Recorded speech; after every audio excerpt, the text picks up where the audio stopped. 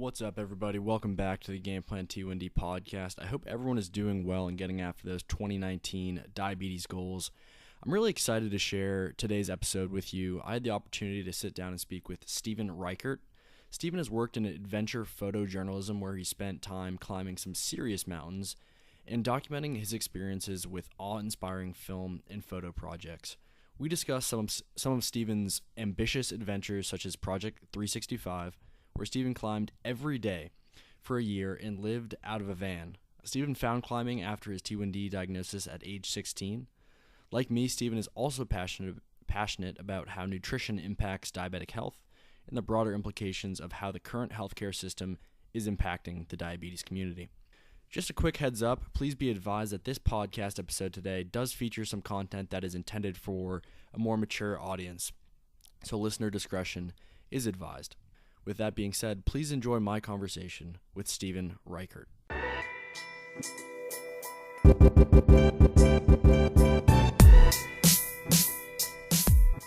Welcome to the Game Plan T1D Podcast.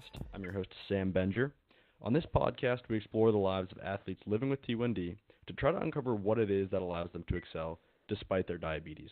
Today on the show, it is my pleasure to be joined by Stephen Richert. Stephen, welcome to the show. Thanks, Sam. Appreciate you having me on. Absolutely. So before we get rolling here and get into the questions that I have for you, Stephen, I wanted to give you the opportunity to sort of set the stage a little bit.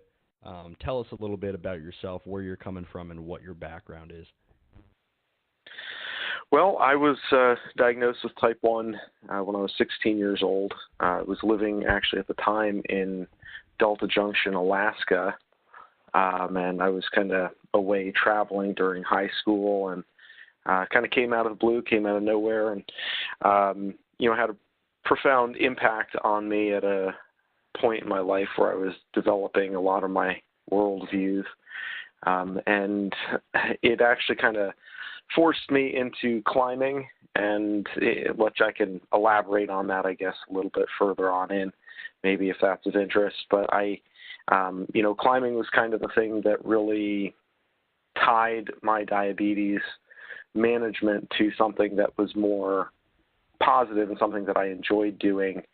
And so I kind of made a career up till very recently anyways out of climbing and photography, guiding climbing and canyoneering, sort of, working in the outdoor industry.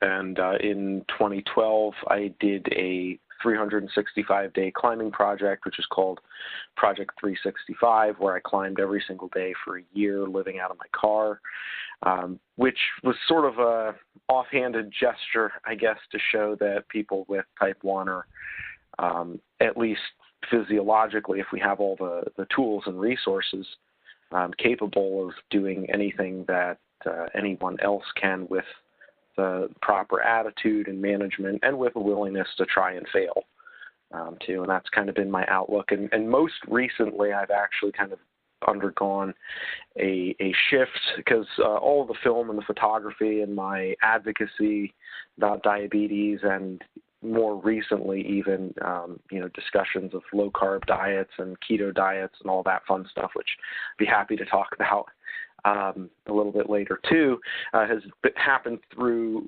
my, I guess I would call it an organization. I guess brand is the appropriate term, Living Vertical. And I started that when I started the climbing project in 2012. So I've made some films under Living Vertical, blogged a bunch, podcasted, done a bunch of stuff like that. But more recently, I've kind of stepped away from Living Vertical as a kind of a full-time endeavor, and I'm actually in nursing school right now, kind of transitioning my career to something a little bit more conventional in some ways, but also still playing off my background with type 1 diabetes. And right now, I live at the moment in upstate New York, which is where I'm going to school. So I was out west, living the dream for a number of years, and now I'm kind of just taking a step back, doing some schooling, and hopefully going to go back out west at some point. That's my desire. Definitely, yeah. So there's a lot to unpack there, and definitely a lot of points I want to touch on. And I want to go back to your diagnosis in 1999 at the age of 16 And you touched on sort of finding climbing as an outlet, and with so much of our content focused on athletics, one of the big things that I think sports provides is that outlet, is that physical sort of exertion that you can channel a lot of the emotional baggage and frustration that can come with diabetes into. What was it about climbing, Stephen, that was alluring to you at the point of your diagnosis? And was there a history there of climbing, or was it something that you just sort of felt a call to? Because, like we'll touch on later, I think there's a lot of sort of beautiful poetic connections between climbing and diabetes, just in terms of the demands of both. But what was it about climbing that sort of got your attention at the start? Excellent question. One of my favorites, because I actually studied philosophy and English and writing when I was in college, so I love waxing poetic about these things. But in terms of background, my father was a structural iron worker. So he worked down in New York City. He worked on the First World Trade Center, AT&T building, and he worked on a lot of lesser known ironworking projects. But there was something, I was always I grew up in upstate New York where I am now, and there wasn't a whole bunch of climbing in this area. It's not known for that, maybe Colorado or Alaska or Yosemite or something like that. And so for me, when I was little, I was always climbing trees. And so there was a certain element where I think it was just always, it seemed like high places always kind of called to me, and that's what my dad did, and I kind of always wanted to be sort of like him in some ways, although I was never mechanically as gifted as he was, which is why I went into English and more creative stuff. But when I started climbing in relationship to my diabetes, I had just gotten out of the hospital, and I was in high school, and we were doing a unit in phys ed on outdoor adventure sports, which I was really lucky that they were one of the schools at that time in 99 when it was starting to get, it was just barely starting to get popular, the outdoor education stuff.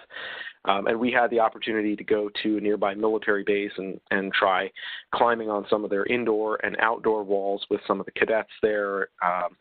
And, they were very patient and helpful, and they showed us all this stuff. And the thing that really spoke to me about the climbing was the fact that even just in that very early stage, I saw as an analog. I saw climbing as an analog to diabetes because it was so scary and it was so hard to control in some ways. But that by centering yourself, focusing, and really paying attention to the little things that you do, small shifts in balance, small shifts in position, dealing with what is right in front of you instead of trying to take in the whole thing and get overwhelmed and afraid. The fact that you were able to deal with fear in a proactive way that made the reality much less fearful in the long run really connected with me in terms of what I was trying to do with diabetes. And frankly, it was kind of nice to feel something else that was immediately scarier than diabetes. It made it seem like, okay, diabetes isn't the only thing out there that's scary. There's plenty of other things that are scary, and this thing is scary and it's kind of cool. Maybe I could kind of lump the two together and make them have some sort of relationship to each other, and that's kind of what I've been trying to do ever since. Yeah, I think that's a great point. And for those listeners out there who haven't checked out Stephen's website, livingvertical.org, go do that. There's incredible content there. Stephen is incredible at what he does, and I think, Stephen, your passion for capturing these sort of very real, gritty moments on the rock face is really something to behold. And in doing some of my research for this interview, I came across the Wind River Project video trailer that you put together. And as you mentioned, we were talking about how climbing is an analog for diabetes, and that sometimes you can kind of find yourself alone on that rock face, sort of against this massive, immovable presence of the mountain that in many ways is symbolic of diabetes, and how every move, has to be calculated, just like, with our basals or how much insulin we're taking in, or our diet, which I'd love to get into later on. I actually just a month ago or so saw Free Solo. Are you familiar with that film, Stephen? The Alex Honnold. I'm familiar with it. Capitan? Yeah, I'm familiar with it. Have not yet seen it. It's just been running around kind of busy, but I've definitely heard about it. So I think one of the really fascinating parts about that story, and I'm sure you can relate to this as an experienced climber yourself, but is, I was never aware of the granular, detailed approach to, proceeding up a route that a climber sort of had to take and calculate before going up a rock face. That down to, and they talk about this in the Free Solo film or documentary, down to the angle at which his thumb is positioned on a certain hold, in how he's positioning his toes on a certain crevice. These are very, very micro details that climbers have to be aware of. And again, I think the connection to diabetes is just so clear there. Were you able to apply either any of your experiences with diabetes or with climbing to the other sort of whatever you want to call it, the disease or climbing, and sort of learn from those experiences? They're both kind of pathological. So yeah, it's right. Yeah, absolutely. I mean, I feel like diabetes taught me a lot of skills that I needed for climbing, and climbing has taught me so much about diabetes that, I mean, again, kind of harking back to my philosophy background, I believe it was Plato who said in one of his dialogues that, if you understand one thing thoroughly, that you understand the form of everything thoroughly, because everything is sort of connected with the same kind of fabric, metaphysical fabric. And I feel like that has shown itself to be accurate, and, at least in my experience with diabetes and climbing, because so much of it is patience, and dealing with failure. And again, you could extrapolate this to literally any area of life, because people want to succeed, and it's frustrating when you feel like you're failing. But the only way to get better at something is going to involve trial and error is useful data. It's failure in one sense, but it's also successfully getting some data if you pay attention to it and don't just get frustrated. And with climbing, you find yourself in positions where you're afraid of things going wrong, but you have no choice but to manage the fear, because it's very clear and present to you that immediately things can get worse, much worse, if you don't manage your fear and kind of keep everything together. And similarly with diabetes too, there's a certain element of that where, you have to be able to deal with fear when it comes to taking insulin and changing things in your routine, and even just going outside the realm of what you're comfortable, what you're comfortable with in terms of daily routines, and, accommodating travel and, other people and school and different things that kind of disrupt the routines that are comfortable to you, or that become comfortable after a while. There's always a high expectation and probability of failure with climbing. And in order to progress as a climber, you kind of have to be humble, because if you're not willing to fail, you're either never going to get better, or you're going to get, depending on what type of climbing you're doing, you're going to get, killed or injured.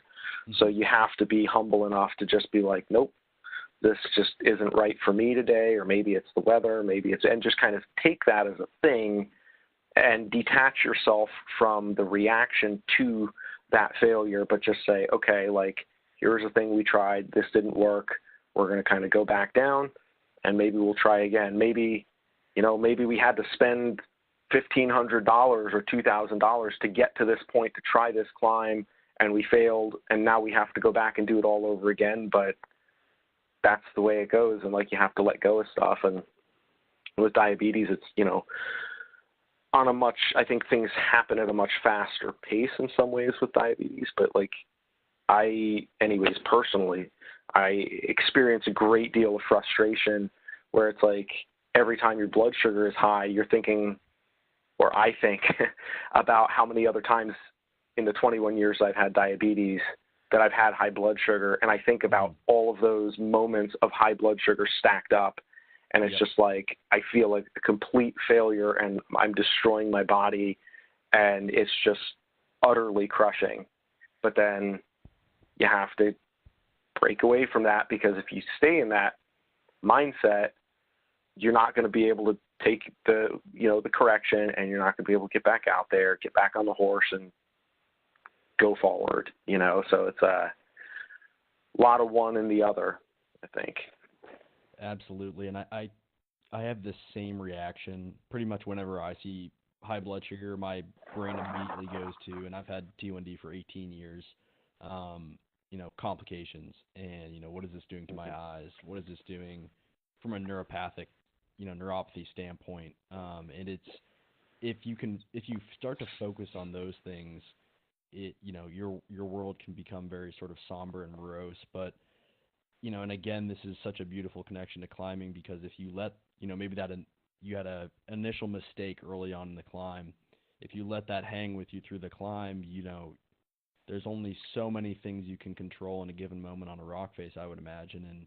And letting that mistake occupy space in your brain and your psyche is just going to endanger you going forward. And it's the exact same way with diabetes. You don't want to have a situation where you're high and you're thinking, oh, my A1C is so-and-so, and then you rage bolus yourself into hypoglycemia, and you're in a very bad situation. So I wanted to, Stephen, touch on Living Vertical and how this platform sort of allowed you to reflect on some of these adventures, some of these climbs, and if sort of that process and that expression through photography and film sort of illuminated anything for you from an insight standpoint about your diabetes, about the emotions you were experiencing, and if that kind of helps you articulate some of those feelings. Yeah, that's another outstanding question. I think that it's been very helpful in a lot of ways to have a platform like Living Vertical. There was a point where I was kind of all in there, and I would, have at one point jokingly, and I still do say, and a lot of people don't understand this now. It's like funny I'm in nursing school now, and I try to explain to people, like doctors and nurses, like that I was a professional diabetic at one point, and like that was kind of my identity. And I didn't even know that it was when I started Living Vertical. I just wanted to voice an alternative opinion to what I felt like was an over victimization attitude about diabetes that I felt like was very prevalent coming from like the big nonprofit organizations with their marketing that was geared towards parents with little kids, and all based on like, if we don't have a cure, we're all screwed and are hopeless. And it was just kind of, that was it. And to a large extent, I have my differences of opinion, although I know that those organizations have many wonderful people in them, and they do a lot of valuable things for a lot of people. Just for me personally, it always kind of felt like it was off target for me. And that's kind of why I started Living Vertical, because, I wanted to put something else that was alternative out there. And I've maybe not strangely, now with social media being, so well established, I've had a number of people come to me and talk about doing similar things, some even with climbing. And I've kind of stepped away from, I'm not a professional diabetic anymore, and there's some very good reasons for that. But like, I try to encourage other people to be, it's like it's almost like the way that geese fly in a formation, right? The lead bird breaks the headwind for everybody else, but after so long, they have to break out of the formation, go back to the tail, and let somebody else lead, because it puts a great amount of wear and tear on you as a person to, number one, have that many people looking up to you for positivity and as a role model in some ways, and having to struggle with the reality of your own life and relationships. And the other thing, too, that I didn't really think about as much was, kind of the impact that diabetes advocacy and even diabetes as a condition has on you emotionally and what burden that places on other people in your life. And if there's one thing I would say to people, within people, well, everybody, because everybody's either probably in a relationship or going to be in a relationship at some point or has been and is not. But it's just be really heads up about what your diabetes, the impact the person that makes you towards other people. Mm-hmm. And we get so focused on ourselves, and in some ways, like rightfully so, because if you don't, like, things can go wrong. And for me, it came from being hyper-focused on dialing in my diabetes and being able to share that with other people and help other people, but it kind of took up so much bandwidth that there was other areas of my life and relationships that suffered tremendously that I had no awareness of. It just seemed like I was just going through the motions, doing what I had to do, and like you don't really realize the extent to which other people around you get dragged along on that ride with you. And sometimes I think it's just as simple as stepping back and asking your partner, asking your spouse, your girlfriend, whoever, like, hey, like, what do you see that I'm missing? Like, and thinking and talking about things in relationships that are, and I don't mean just like the physiological stuff like that everybody, I'm assuming, everybody worries about with like sexual dysfunction and stuff like that. I'm talking about just on it, like, because diabetes messes with your personality. Like, you go into it and it turns you into somewhat of a reclusive warrior because you're always going into battle every single day.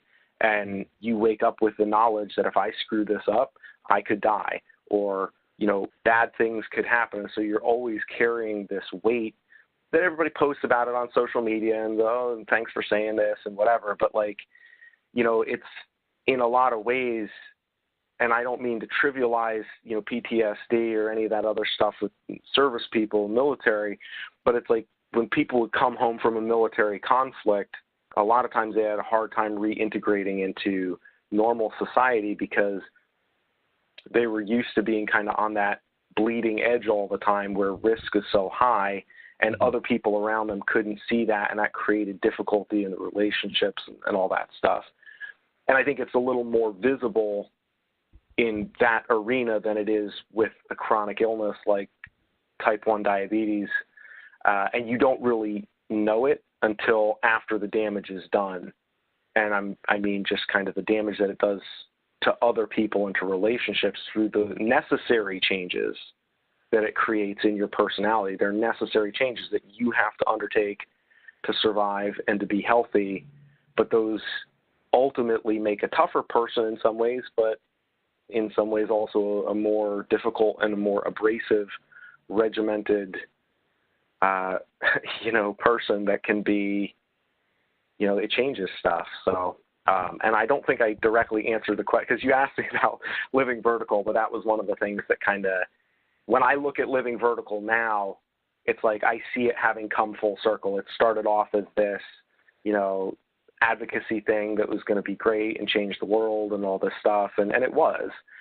But it also kind of came full circle to where it was like, you hit the summit and then kind of came back down off of that, and now it's like, yeah, I remember when I used to do that, and it's like, it's kind of a chapter that has pages that have turned in my life. Mm-hmm. So I'm kind of looking back on it now more so because, and I still love what I did. I'm very proud of it, but it's also something that I'm trying to figure out where it fits in my life now as I'm moving forward, kind of going into nursing and, no longer being a professional diabetic, but just being on the sidelines and kind of, patting other folks on the back like you that are out there kind of getting after it. Yeah, I think you touched on a lot of really good, important insights there. And there's certainly there's certainly a fine line that we ride, I think, between being professional diabetics at, one end of the spectrum, then completely apathetic towards your T1D sort of at the other side of the spectrum.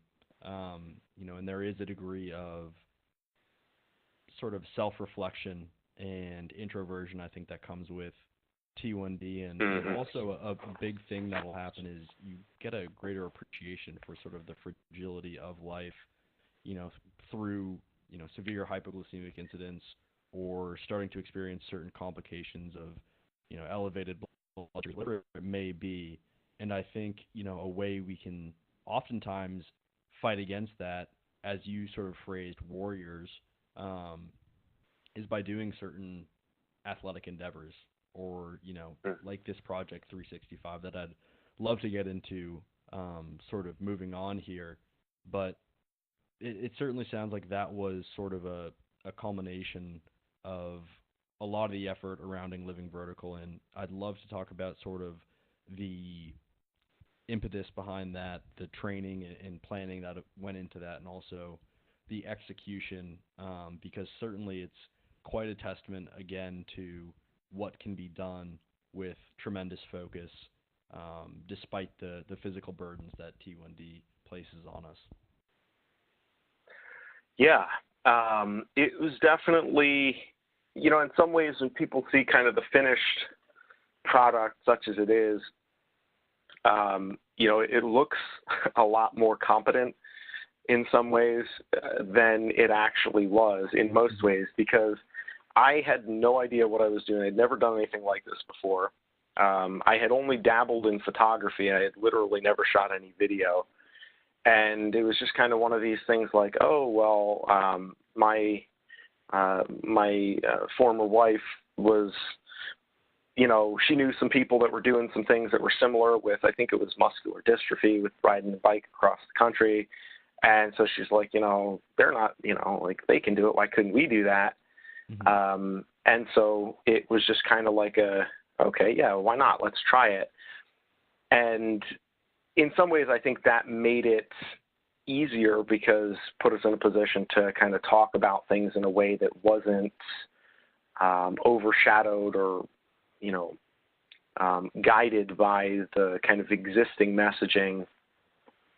But it was, the training and the prep was really more a matter of saying, how would I do this? Because, we had done a lot of climbing trips together that were like, 3-6 months in length, and just kind of living out of the car. And, you kind of develop a normal setting. It's like when you're editing photos for any, your audience, or if you do any stuff with like Photoshop, like a lot of times you get like a recipe that works, and you kind of know if you have this kind of light in your photo, you just put this preset on it and it looks, or like filters on Instagram, right? I think a simpler way to explain that.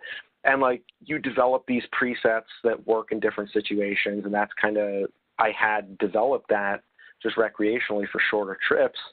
And the thing that touched everything off was there was an article, I think it was in the New York Times, basically saying how people with type 1 are more likely to lose income and have like all these just bad things happen to them. And there were a lot of people on Facebook that were posting this. And, some of it to me personally seemed a little bit like, people were in the woe boat. The woe is me boat, and rowing the woe boat around, and I wasn't having that.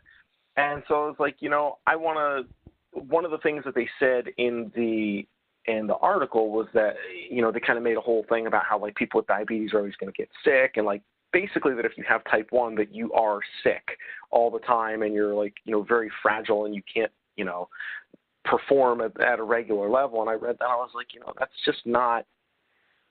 There is an extent to which that is accurate under normal circumstances, but one of the things that I think, and that is starting to be borne out and shown a little more, is even like the ADA is kind of backing away from their, heart healthy 6 servings of like grains and pasta and starches.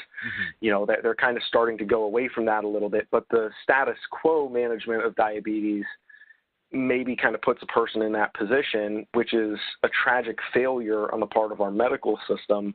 And those are not my words. Those are words that I've heard repeatedly from more than a couple of endocrinologists I've spoken with privately about that, from a nutritional and lifestyle standpoint. And so many people in the diabetes community get so touchy, in the type 1 community specifically, when you start talking about diet and exercise, because it's like, oh, that's for those type 2s that brought it on themselves with their cookies and ice cream. Mm-hmm. I wasn't my fault, so don't tell me about my diet, because mine has nothing to do with diet, which is utter nonsense. I mean, the origination of the condition has nothing to do with your diet, perhaps, although that hasn't been 100%. We don't know about the epigenetics and stuff of whatever, but not going down that rabbit hole.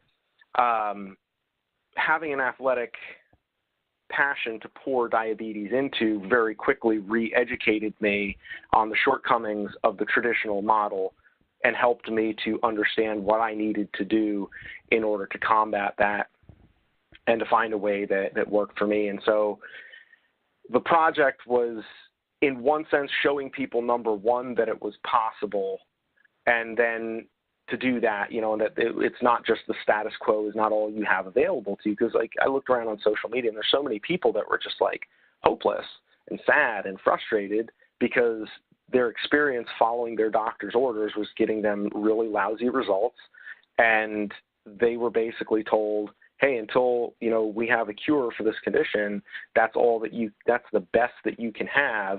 And I was living and not because I had money and access to stuff. I've never had, I think for 2 years of my life, I've had good health insurance, that would cover Dexcom. Everything before and since I've been on injections. I'll talk about that a little bit more with regular insulin, some of the Walmart insulins that I'm actually using now that work better for certain type of foods. But, taking a very bare bones, blue collar approach to diabetes and having a good, effective life, but it was because of the attitude and all that. And so I was trying to put it out there in a way that, and one of the mistakes maybe that I made was trying to make it a little bit too broadly appealing, because I didn't want to step on anybody's toes. It's like the people who are hopeless, I didn't want to come at them too hard and make them recoil and feel like they were being judged, because whenever you present something that is closer to an ideal, that acts as a judge. An ideal is a judge that says, here's the ideal, and wherever you are is something elsewhere. So here's where you could get to, and it's hopeful in one sense, but it's also judgmental in another sense, and there's no way to help people who are dead set against that. So I tried to kind of keep it, some of it was a little bit light, but there was also enough of the kind of my method baked into it that I hoped that, people who were receptive and who were looking might have some curiosity provoked by it. And then also in the larger public too, that it might kind of put a different spin on diabetes for people who didn't know anything about it, to be able to say, okay, it is dangerous, it is risky, but it's also, there's a little more to it than just people being sick and taking a bunch of insulin and not showing up for work, like the New York Times said. Yep. Yeah, I think there, again, so much to unpack there, but your note about the current state and perhaps hopefully the tide is changing on this, but the role of sort of victimization. And I actually, on a related tangent, just finished reading the book Tribe by Sebastian Junger, the war journalist, and he talked about how soldiers, and we were touching on PTSD prior to this, soldiers returning from war in the U.S. generally are showered with, thank you for your service, we support the troops, but really what they need to facilitate a transition and a assimilation back into society is, interaction with society and a purpose and a function. And I think certainly with diet and also with the new technology that's coming out, it's sort of allowing for a higher level of sort of capitulation and compliance with regard to not owning your diabetes, and the fact that some endos might say, oh yeah, you can, if you have an insulin pump and we're coming up on closed loop systems, hopefully you can eat whatever you want and you'll be fine. That cannot be farther from the truth.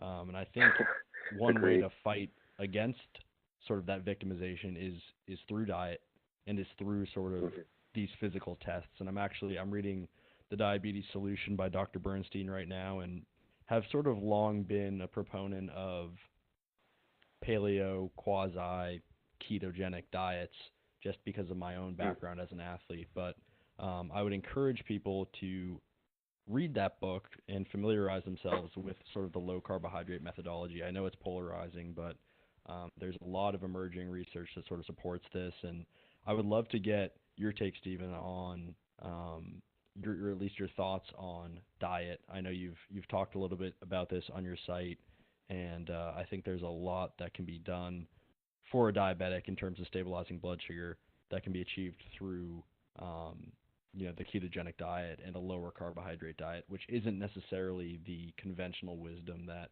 the ADA and certain organizations sort of puts out there. Yeah, if there's one thing that I love to talk about, it is diet and diabetes. And I mean, I've been kind of geeking out with this stuff for a few years. And like when I was diagnosed, the place where I was going to school, they were kind of health conscious, let's just say, and they were all organic. Like we grew in Alaska, we grew all of our own food. We fished all of our own salmon, shot our own moose.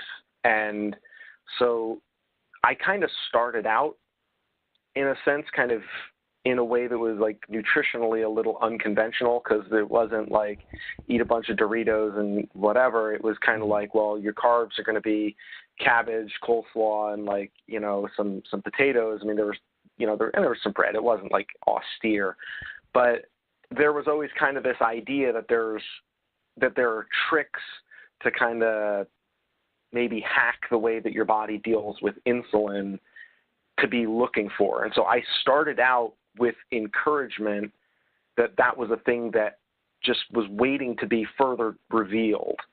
And for so many people who are diagnosed at the outset, it's kind of like you just said, like everything is put on technology.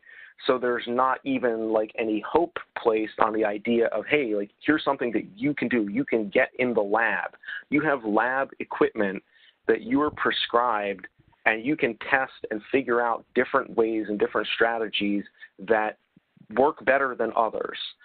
And nothing grinds my gears more than when I see somebody on Instagram, which I've kind of distanced myself from a lot of this now, so I don't see it anymore. But I used to see people posting about how like, oh, my sugar's 400 and it's just completely impossible and there's no predictability and it's just blah, blah, blah. And it's like, well, no, I mean, that's not accurate. That is not accurate, because there's a certain level of, there are a lot of variables, and it's hard to reduce the variables. It's hard. It's not a thing like, oh, well, if your blood sugar's high, well, then it's your fault.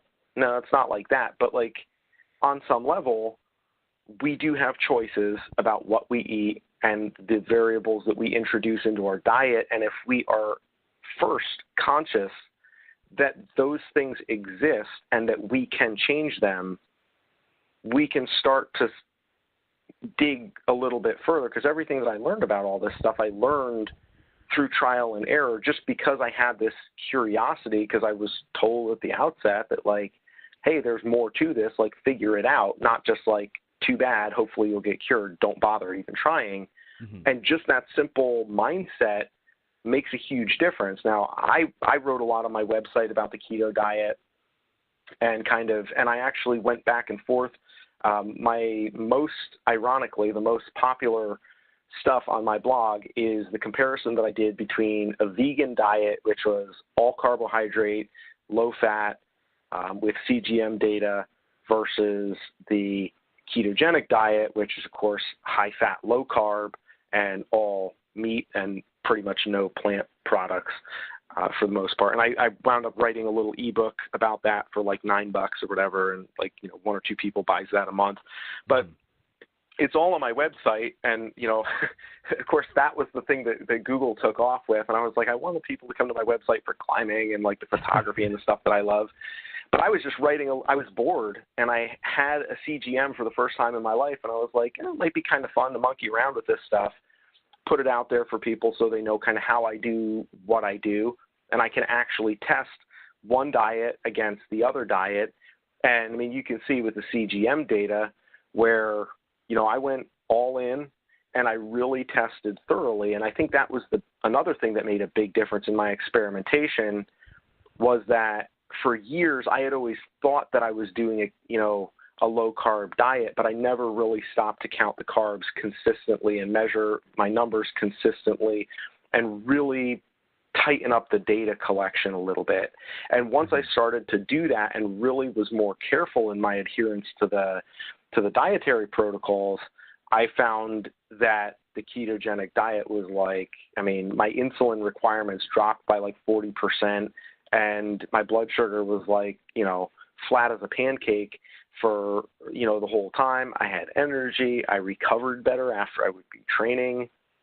I mean, it was and some of that kind of wears off a little, or maybe you just adapt to it and then it starts to feel normal after a while. But for the most part, and my purpose in all this is not to say that everybody should be on the keto diet, because right now I'm not on a ketogenic diet. I'm on a variation of that. But if you understand the variables and learn how to isolate variables and be just disciplined in what you eat, I don't know if you're familiar with Jocko Willink, and he was on the Tim Ferriss and Joe Rogan podcast. His thing is, his former Navy SEAL, his thing is freedom, or discipline equals freedom. Yep. And it's if you learn how to find a baseline and say, I can eat these things at these times and I will get these results. And then you always have a home base to come back to. And that's one of the things that I also learned too with climbing, is that with climbing, you have to always prepare. And so blood sugar for the day of climbing starts the afternoon before, at least, with making sure that you're going into it with everything kind of stable. And I put a lot of time and attention into finding that baseline of these types of foods and these quantities. And it's trial and error. But again, if you understand that, your diet's going to be maybe boring for a couple of months while you really dial this in. But then once you have a baseline established, then you can learn how to bring more stuff in, and it's easy to get overwhelmed too. And this is another thing, because I've done a little bit of coaching at one point for people with type 1 on the keto diet who kind of found my blog and they wanted to know a little bit about it. And it's I think that the biggest thing is not to try to jump right into a diet that's very intense and that can be kind of extreme, but to first of all figure out where you are and get used to tracking macros, because most people honestly have no idea what their macros are. And then when you actually start really diligently making a habit out of it and get a week or two, 7 days a week, all the food that you eat, it's a pain in the butt, but then you get used to doing it. And the other secret of that is that when you get serious about tracking your macros, it makes you less interested in deviating from those, because it's easier to log stuff if you can just repeat the same things that you had yesterday. So it's one hand kind of washes the other. But figure out kind of where you are in your diet first to get a profile and say, okay, here's where I'm starting. And then kind of cut gradually down. And to people who are skeptical, I would say just try it. Just try it honestly with an open mind for at least 4 weeks seriously. And for people who are, really skeptical, hell, even a weekend, just try dropping the carbs down for a weekend and seeing what happens, because nobody likes to feel like crap. Nobody likes to have highs and lows. It's I was very skeptical of all the diets and stuff before I actually applied myself. And then when I did, I was oh, I thought I had been on the keto diet for years. And so I wrote it off as being just it's not that great. But I was the one with the problem. I was the one who was being lazy. I was the one who was not logging macros accurately, tracking stuff, being disciplined. But it was my shift in the mindset, that discipline, that helped me put more tools in my bucket. And right now I'm not on keto because I'm still on low carb, but I'm eating more of a carnivore Atkins. So pretty much high protein, mostly meat, because I'm not really climbing right now at the moment. I'm doing more weightlifting. Mm-hmm. So been trying to kind of cultivate a little bit of mass, and I gained like 35 pounds or so in the last like 6 months. Lost a little fat, and it's been effective. It's been good, but it's just a little different eating that way than the keto. But there's still way easier. Like any manifestation of a low carb diet, which I would call anything like under 150 grams of carbs a day, any manifestation of that is going to be exponentially easier and better for just about anything that you're trying to do, at least in terms of just simplicity of management. If you can do that with type 1, and I would argue for everybody, even without type 1, there's so many people that are coming around to this way of realizing how much better they feel, decrease in inflammation and weight loss and all these other things. Yeah, I really couldn't agree more. And you touched on, just as a general theme, sort of self-experimentation. And I heard someone say that, all diabetics should really view themselves as data scientists. And, obviously we have to rely on the opinions of healthcare professionals, but at the same time, don't be afraid to try something that's perhaps against conventional wisdom, such as a low-carb diet. That's what I've been trying myself over the past sort of 3 to 5 years, and I've seen a massive improvement in terms of not only my A1C, but as you touched on, Stephen, just the variability. Taking in a lot of carbs can not only raise your blood sugar, but just increase how volatile sort of the swings are. And for Yes. people who perhaps want specific examples of, I'd like to get started tracking macros. I know I use MyFitnessPal, which is they have a free app and then a premium one. The free one should be all you need. You can scan barcodes on food. It's super easy. Mm-hmm. And that can really help. A lot of people will discover that, I'm actually at a caloric deficit, or, I'm taking in way more carbs than I thought I was. And I would encourage a lot of people to try that. I think breakfast is a great opportunity, especially with the dawn effect or the dawn phenomenon. Having a low-carb breakfast is something that, if you want to just try one meal a day, that'd be a great step in the right direction. And sort of on this, I really am sort of the topic of victimization again is sort of resonating with me. And I just have a interesting anecdote from my last eye appointment, which was a couple of weeks back. And I went in and they found a microaneurysm in one of my eyes, and the doctor essentially, kind of slapped me on the back, and he's like, well, you've had T1D for 18 years, and, these things will happen, so I'll see you in a year.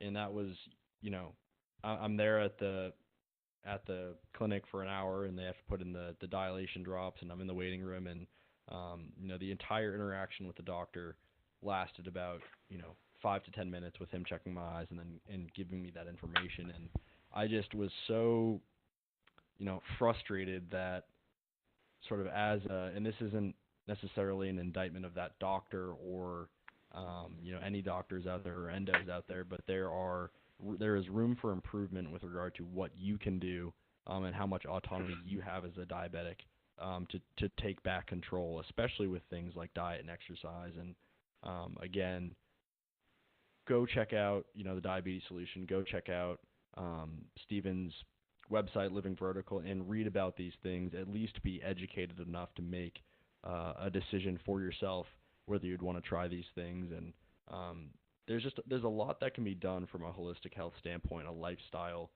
standpoint that can improve your health and just how you feel going forward. Because we all want to have more stable blood sugars. We all want to have a lower A1C, and those things are certainly attainable if we can, try some different things, go through some trial and error, and find sort of a game plan and a strategy that works for you. So, Stephen, we've talked a little bit about diet, and I wanted to get into this transition for you going into nursing. Tell us a little bit about what you've been learning about and what that transition sort of from being a professional diabetic to hopefully, being able to provide help to other people from the provider standpoint.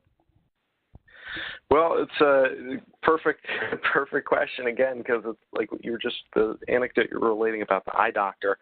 One of the things that and I always kind of had some idea of this, but and I don't mean this, again, I'm trying to be as respectful as I can of the medical profession because I have friends who are doctors, and I think the doctor friends that I have who I respect the most are those who would not feel slighted at my saying that the medical, like even doctors, what they don't know about what it's like to live with diabetes is astonishing.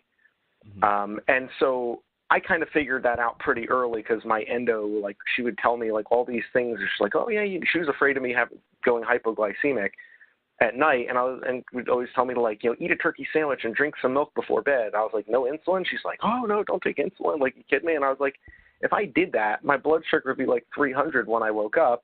Yeah. And the entire medical, what they're doing, their goal in medicine is to prevent acute disruptions of your blood sugar. So DKA and death by hypoglycemia or some other kind of like secondary accident from hypoglycemia. That's what they're trying to do. As long as you're standing up and walking and not in DKA, and not like ready for an amputation, anything short of that, they pretty much are going to be like, good enough for government work. And it may be from a clinical setting, but that is the mindset of what is going on in medicine. And I would hope that, for those listening to this and I mean this sincerely, to reach out to me because I have a limited amount of time, but I'm always happy to interact with people, encourage people, and do the best I can with the time that I have to help people get motivated to care and to try. But I would hope that anybody cares enough and is motivated enough to see more vision for themselves in their life with diabetes than kind of what the medical establishment does. And I think a lot of people are trusting and placing responsibility on people in medicine to facilitate something that they're never going to get from their doctors.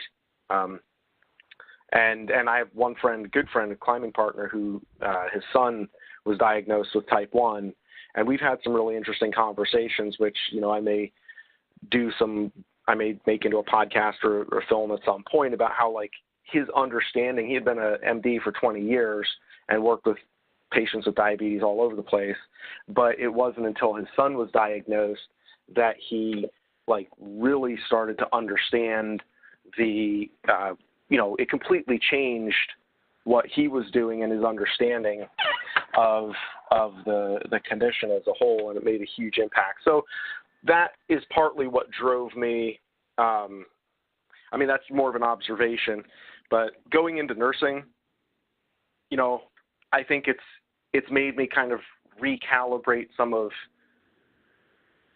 my approach with some of this, because a lot of the people, when you see them in a clinical setting, they are hopeless. They're either hopeless because they were just diagnosed so recently and they don't know how to handle it, or they're hopeless because they were diagnosed so long ago and they failed so utterly that they feel there's nothing that they can do. And so the task that, from just strictly from a diabetes standpoint, that I am burdened with at this point is, not becoming jaded and trying to find very small, actionable items that I can pass on to people in a way that will, steps that they can actually realistically take. Mm-hmm. That's kind of the task. But, the transition into a different profession it's interesting. It's good. You kind of get to see how the sausage gets made in some ways. And, it's very akin to climbing, I think, because you're just kind of trudging uphill and it feels like you're never going to get there. And it feels just super hopeless in some cases. Morale is depleted and, you're tired and there's, 10 chapters worth of stuff that you're going to be tested on the next day. And the questions are all have 2 right answers and mm-hmm. what have you. So, it's going to be, that's all part of the mix, but it's something that aligns really well, I guess, with what I've learned with climbing and the diabetes itself. Absolutely.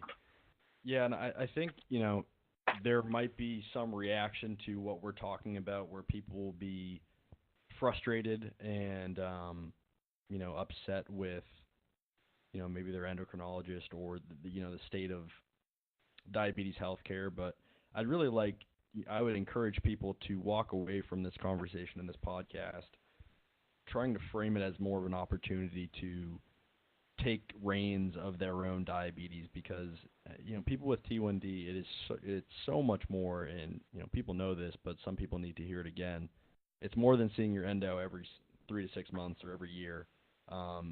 It's an entire lifestyle that requires tinkering and sort of constant adjustment and looking at your CGM data or your blood glucose data, and there's massive opportunity there for you to take a hold of your life and greater control. So I couldn't encourage people more to, rather than be sort of jaded or frustrated with the state of care, take it upon yourself to make the changes necessary to find greater control.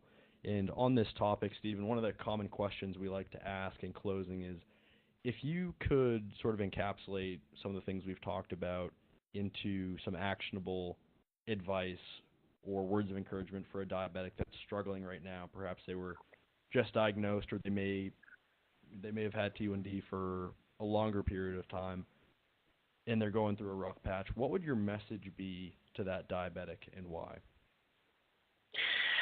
Well, I think that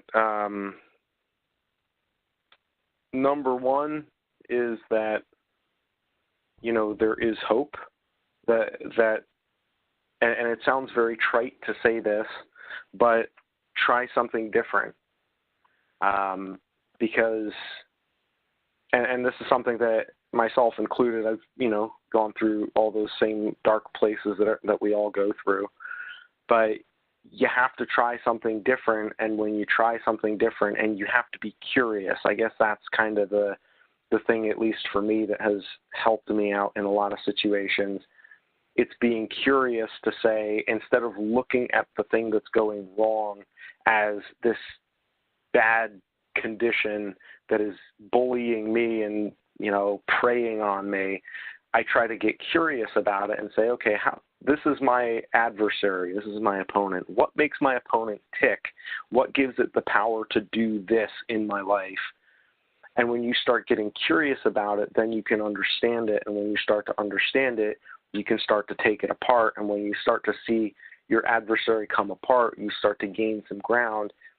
It changes everything, because when you can do that once, you recognize that strategy is something that you can apply everywhere on some level, and that you can do that again, and you can do that the next time. And then once you do that one time, you're still going to fall back in that hole, or a similar hole, at least I have, but you know that there's a way out. And there's a big difference between trying to find a way out versus just kind of sitting there and not even bother to feel around in the dark for the ladder to climb out, because you just don't think one exists. Mm-hmm. And a lot of times, getting curious, find an experiment, make an experiment. Maybe it's sleep, maybe it's hydration, maybe it's exercise, maybe it's insulin, maybe it's a diet, whatever. Find something that makes it interesting to track something that you are doing and attach some results to it. Because if nothing else, you can cross out things that aren't a relevant variable, because that's what this all comes down to. It's all managing variables and figuring out, what buttons. You're kind of having to figure out the camera without reading the user's manual. And it's trial and error, and that's supposed to happen. That's okay. And I guess probably before that, or I'm not sure whether it's before that or secondary to that, it's just that if you're still breathing, it's not too late. It's like people feel very hopeless because they feel like they failed, but that's a feeling, right? There's a big difference between the feeling and the truth. And the feeling feels like it's the truth, but it's not actually the truth. It's just a feeling. And once you kind of silence that feeling and you take control, And again, you do the work, you do the experimentation, you start to do that, and then you feel better, then the feeling gets much smaller. You can see it for what it is, and it doesn't have that power. But you have to take just even the smallest step. Just do that first. Couldn't agree more, Stephen. And I think, as I mentioned before, I've been diabetic since the age of 5. I'm now 23, so I've had the disease for 18 years. And I think to a certain extent, I was living in denial, perhaps using my athletics as sort of a facade to say, I'm a T1D veteran. I know all the ins and outs. I know what to eat. I know what to bolus. But there's a certain level of, there was a certain level of diabetes impact that I was shying away from, and I was, not reading extensively about different complications and certain things like that. And I was sort of intentionally leaving myself in the dark. But I would encourage people to, educate themselves, as you were saying, be curious about it, sort of lean into that darkness when it does arise occasionally. And really that's the only way you can move forward, is to sort of face the thing head on and take accountability for where you're at. But Stephen, I have thoroughly enjoyed the conversation, and I'm sure our audience has as well. Any final closing thoughts before we let you go here? It's been a pleasure to have you on the podcast. Likewise, yeah, I appreciate the opportunity, and I would love to, be in touch with, anybody in your audience who wants to seek me out or has any follow-up questions or anything like that. Again, I try to get back to folks as timely fashion as I can. I'm most active on Instagram. I am almost absent on Facebook and Twitter. And YouTube, if you want to see some of my work, YouTube is also another place where I'm very active. A lot of the stuff that I have on my YouTube channel is like photography stuff, because that's another kind of big part of my life, thanks to diabetes, I guess, in some ways, and the places that diabetes has taken me. So probably YouTube, and the website. I don't do a whole lot on the website, except, I know a lot of people go there to read up on kind of the old stuff that I wrote about the keto diet. But, I appreciate the opportunity, and, I'd love to have further discussions with you and anybody in your audience that feels so inclined. They can get a hold of me. I'm at Living Vertical on Instagram. livingvertical.org is my website, has my ebook on there. And then, youtube.com/livingvertical. So, and also if you Google type 1 diabetes, ketogenic diet, at least for the last several years, my blog is like one of the first ones that pop up there. So there's also that. Very good. Awesome. Well, Stephen, thank you again. It was a pleasure, and we will let you go here. Thanks again so much. Yeah, thank you. I appreciate it, Sam. My name is Stephen Richert. I have type 1 diabetes, and I have a game plan.